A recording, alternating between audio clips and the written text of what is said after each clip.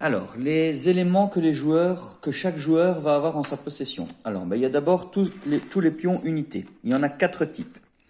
Il y a les bateaux, d'accord, qui vont essentiellement et uniquement sur les zones maritimes, bien sûr. Et 3 types d'unités terrestres qui vont sur tous les territoires terrestres. On a le fantassin, le chevalier et l'engin de siège. Alors, il y a une différence tout simplement parce qu'en fait, ils vont avoir des forces de combat différentes. D'accord? J'y reviendrai au moment où j'expliquerai comment se déroulent les combats. Mais en gros, chaque unité a une force de combat différente et peut avoir aussi un rôle différent. Donc voilà, donc ça c'est pour les unités. Alors, on a également les pions ordre, les actions qu'on va pouvoir effectuer à cacher, à masquer, comme j'ai expliqué plus tôt. On va avoir également des pions pouvoir qui vont servir un peu d'argent. J'expliquerai après dans quel cas on peut les utiliser, mais qui vont servir essentiellement comme de l'argent.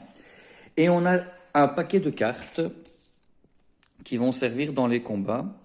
Alors donc à chaque combat, donc en fait quand on va avoir un territoire, quand on va vouloir prendre le territoire que possède un autre joueur, on va déclencher un combat. Dans ce combat, on va calculer les forces des unités en présence, d'accord? Donc je rappelle que chaque type d'unité a une force de combat bien déterminée. Donc voilà, il suffira simplement de faire l'addition des forces en présence de chaque joueur pour voir qui est le plus fort. Et puis chaque joueur va avoir la possibilité dans un combat de jouer une carte, sans savoir évidemment ce que l'autre va jouer, qui va ajouter une force de combat à celle qu'on a déjà sur le plateau. Et les cartes ont aussi des capacités qui sont différentes pour chacune des cartes. Je ferai un petit topo de ce qu'on peut avoir pendant qu'on fait les combats. Pendant que j'expliquerai les combats, je ferai un petit topo de ce qu'on peut avoir dans les différentes cartes.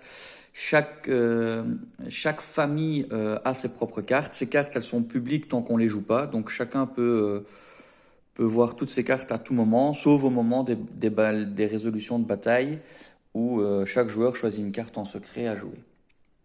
Alors on a tendance à dire que on a envie de jouer forcément la plus forte, mais il faut savoir que quand elle est jouée, on la met de côté. Il faut jouer toutes ces cartes avant de pouvoir récupérer celles qui ont déjà été jouées. Et parfois les capacités apportent quelque chose de plus avantageux que simplement les points qui sont mis là. Donc voilà, donc ça c'est pour les éléments que chaque joueur va avoir en sa possession et avec lesquels il va jouer pendant le jeu.